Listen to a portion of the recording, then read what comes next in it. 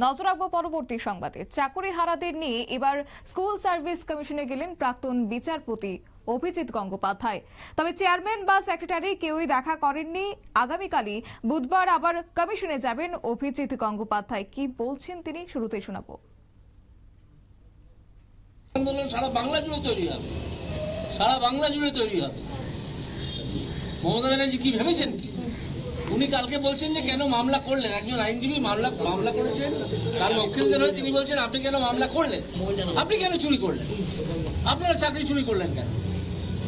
পশ্চিমবঙ্গের শিক্ষা ব্যবস্থা ধ্বংস করেছেন আপনারা। আপনি আজকে বিজেপিকে দোষ দিচ্ছেন, আপনি আজকে সুপ্রিম কোর্টের দিকে আঙুল তুলছেন, যেখানে অন্য কোনো খেলা নেই। তো আরে খেলা আপনি খেলেন, খেলা আপনি খেলেন, সুপ্রিম কোর্টকে এই কথা বলছেন। স্যার, সেগ্রিগেশন বা বাছাই সেটা কেন এসএসসি দ্বারা সম্ভব হলো না? অবশ্যই সম্ভব হলো না, সেটা করতে দেওয়া হয়নি এবং আমার ধারণা মুখ্যমন্ত্রীর আদেশেই এটা করা হয়নি। অযোগ্যতা বাঁচানোর চেষ্টা একদম ইচ্ছে করে যাতে পুরো ব্যাপারটা গুলিয়ে দেওয়া। ওনার পরিকল্পনাটা কি ছিল, ওনার পরিকল্পনাটা কি ছিল আমি এর আগেও বলেছি। প্রথম দিন সংসদে দাঁড়িয়ে ইনিশিয়েটিভ, এরপরে যখন এটা রায়টা জানতে পারলাম, তারপরে ওনার প্ল্যানটা ছিল যে যদি আমি অযোগ্য এবং যোগ্য এদেরকে গুলিয়ে দিই, তাহলে কোর্ট বলবে যে এদেরকে গুলিয়ে দেওয়া হয়েছে বা গুলিয়ে গেছে, পাওয়া যাচ্ছে না, সুতরাং সকলের চাকরি থাকুক। এই ধরনের অ্যাডভাইস তার অ্যাডভাইসাররা দিয়েছিলেন, তাকে নিশ্চয়ই দিয়েছিলেন, তা না হলে তিনি এটা করবেন কেন? তারপর যখন দেখলেন যে আদালত উল্টো সুরে গাইল যে তাহলে ঢাকি শুদ্ধ বিসর্জন, তখন উনি সুপ্রিম কোর্টে গিয়ে একটা স্টে অর্ডার নিলেন। নিয়ে তিনি নিজেকে বলেন আমি আইনজীবী, তিনি ঘোড়ার ডিমের আইনজীবী, তিনি জানেন না যে স্টে অর্ডার একটা ইন্টারিম অর্ডার, অন্তর্বর্তী আদেশ, যার প্রকৃত ফাইনাল বিচার, ফাইনাল ট্রায়ালটা, ফাইনাল হিয়ারিংটা হয় পরবর্তীকালে। সেই ফাইনাল হিয়ারিংটা পরবর্তীকালে যখন আপনারা শুনলেন অভিজিৎ গঙ্গোপাধ্যায়ের বক্তব্য। অবশ্য তিনি পরবর্তী সময় দপ্তর থেকে বেরিয়ে একরাশ ক্ষোভ উগরে দিয়েছেন। সেই সঙ্গে বর্তমান শাসক দল তৃণমূলকে কটাক্ষ করলেন প্রাক্তন বিচারপতি। এই নিয়ে বিস্তারিত যাওয়া আমাদের সঙ্গে যুক্ত হয়ে গেছে প্রতিনিধি রাজীব দত্ত। রাজীব, কি বলবে? দেখো, প্রথমেই বলি যে এই যে 26,000 চাকরি বাতিল হয়েছে, এই যে এত বড় দুর্নীতি হয়েছে, তার কিন্তু প্রথম রায়টাই দিয়েছিলেন জাস্টিস অভিজিৎ গঙ্গোপাধ্যায়। তিনি যখন কলকাতা হাইকোর্টের বিচারপতি ছিলেন, তখন এই দুর্নীতি মামলা নিয়ে একটি মামলা হয় তার এজলাসে, এবং তিনি রায় দিয়েছিলেন যে 8,000-এর মতো চাকরি তিনি বাতিল করেছিলেন।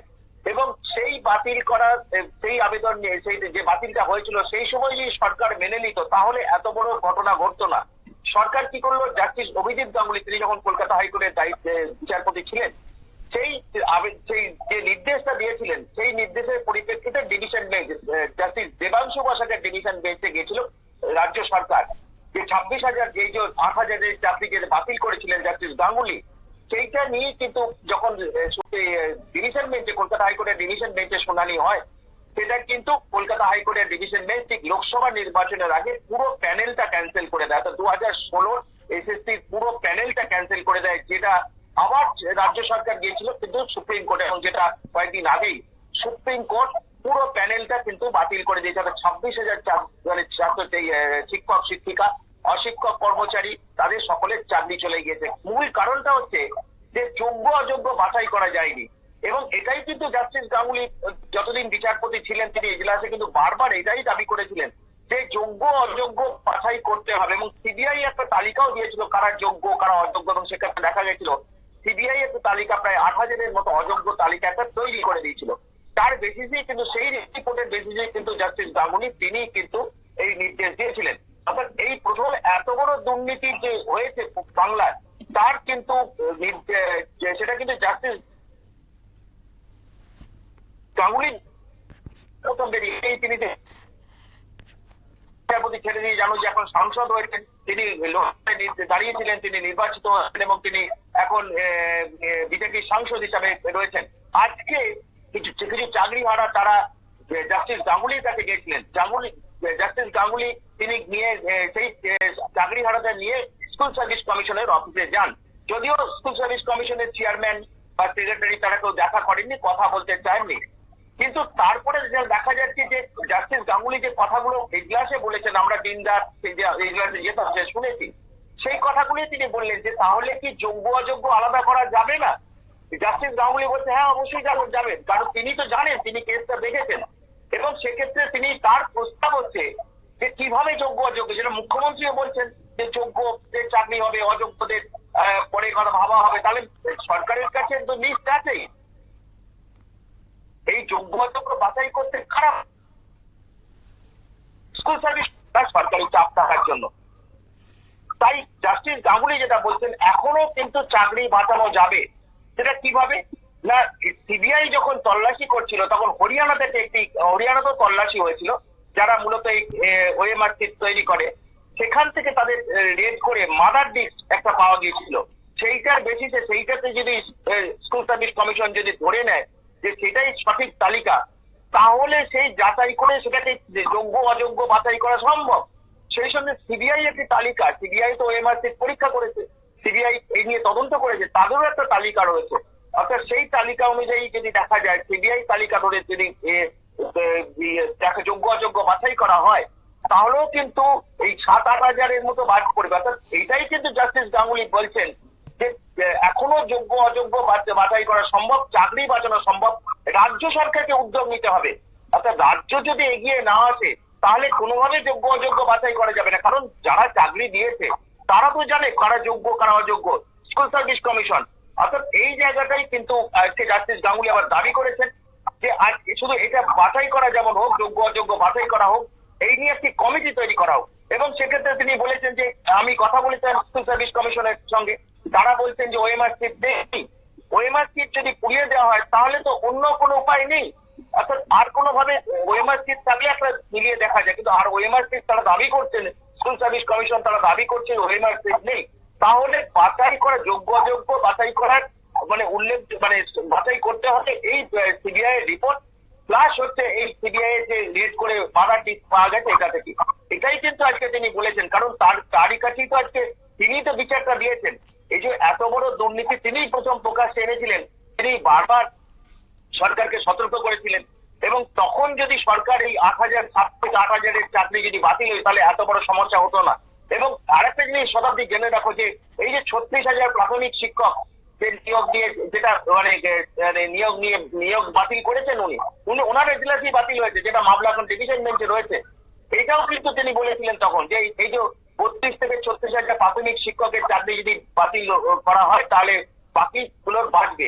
অর্থাৎ প্রাথমিক শিক্ষক নিয়োগেও দুর্নীতি হয়েছে, যেটা নিয়ে এখন ডিভিশন বেঞ্চে আবেদন করা হয়েছে রাজ্য সরকারের পক্ষ থেকে, যেটা জাস্টিস সৌমেন সেন এর বেঞ্চে ছিল, যে মামলা তিনি শুনবেন না বলেছেন, তিনি মামলাটা সরিয়ে তিনি চিফ জাস্টিসের কাছে ফেরত পাঠিয়ে দিয়েছেন, চিফ জাস্টিস অন্য বেঞ্চে ডিভিশন বেঞ্চে পাঠিয়েছেন মামলাটা। অর্থাৎ এই যে বিষয়গুলো, অর্থাৎ কলকাতা হাইকোর্টের প্রথম সিঙ্গেল বেঞ্চের রায়, সেই রায়টাকে যদি মানা হতো, জাস্টিস গাঙ্গুলির রায়টাকে যদি মানা হতো, তাহলে এত বড় সর্বনাশ হতো না। এত যোগ্য যারা তারা চাকরি হারাচ্ছেন না, কারণ সিবিআই দীর্ঘদিন ধরে তদন্ত করছে, তিনি সিবিআই তদন্তের নির্দেশ জাস্টিস গাঙ্গুলি দিয়েছিলেন। অর্থাৎ তিনি তার রেকর্ড গুলো দেখেছেন, তদন্ত রিপোর্ট গুলো দেখেছেন, অর্থাৎ তিনি তখন বুঝতে পারছিলেন যে কিভাবে দুর্নীতিটা হয়েছে, এবং সেক্ষেত্রে সিবিআই কে তদন্ত করার জন্য বলেছিলেন, নির্দেশ দিয়েছিলেন তিনি যে কত দুর্নীতি হয়েছে, কত চাকরি দেওয়া হয়েছে, আপনারা অ্যাপ্রক্সিমেট একটা বার করে দিন।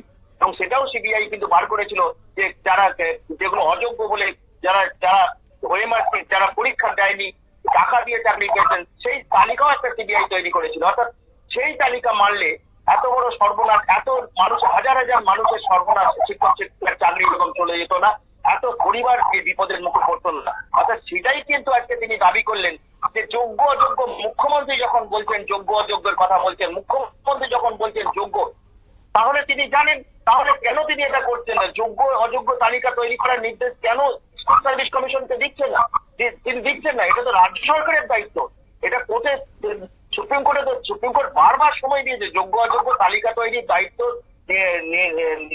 সুপ্রিম কোর্ট বারবার বলেছে রাজ্যকে যে আপনারা যোগ্য অযোগ্য তালিকা দিন, কিন্তু সেটা দেখা যাচ্ছে স্কুল সার্ভিস কমিশন সেখানে বারবার বলেছে আমরা তৈরি করছি, কিন্তু আলটিমেটলি কি হলো, সেই তালিকা কিন্তু জমা করলো না, এবং যার ফলে বাধ্য হলো 2016 পুরো প্যানেলটাকে বাতিল করে দিতে সুপ্রিম কোর্ট, যেটা যে অর্ডারটা কলকাতা হাইকোর্ট সেটাই বজায় রাখলো। এবং আজকে যে দাবিটা তিনি করেছেন যে এখনো পর্যন্ত যোগ্য এবং অযোগ্য বাছাই করা সম্ভব, চাকরির যোগ্যদের বাঁচানো সম্ভব, এবং তার জন্য একটা কমিটি তৈরি করা হোক, সিবিআই রিপোর্টকে গুরুত্ব দেওয়া হোক, সিবিআই যে মাথা ডিস্ক পেয়েছে সেটাকে গুরুত্ব দেওয়া হোক, তার বেসিসে দিয়ে যোগ্য অযোগ্য তালিকা তৈরি করা হোক, তাহলে কিন্তু চাকরি অনেকের বাঁচানো সম্ভব।